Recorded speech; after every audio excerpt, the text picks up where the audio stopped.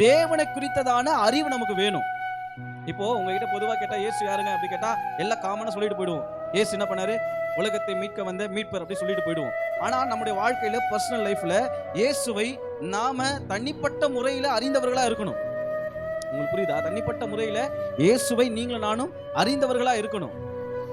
நீங்க பவுலுடைய வாழ்க்கையை 2 விதமா பிரிச்சு பார்ப்பீங்கன்னா, பவுல் சவுல் வந்து பவுலா மாறுவதற்கு முன்பாக சவுல் தேவனை குறித்து எப்படி புரிதல் உடையவனா இருந்தான், எப்படிப்பட்ட அறிதல் உடையவனா இருந்தானா, அவன் அந்நிய தேவன், அவர் அந்நிய தேவர் என்கின்ற அறிதல் உடையவனா இருந்தான். ஆனா அதுக்கப்புறம் சவுலுக்குள்ள ஒரு சுத்திகரிப்பு உண்டானதுக்கு அப்புறம் சவுல் என்னவா மாறினா கேட்டீங்கன்னா, தேவனை குறித்து அறிகிற அறிவுல மாறினான். நான் விசுவாசிக்கிறவர் இன்னார் என்று அறிவேன்.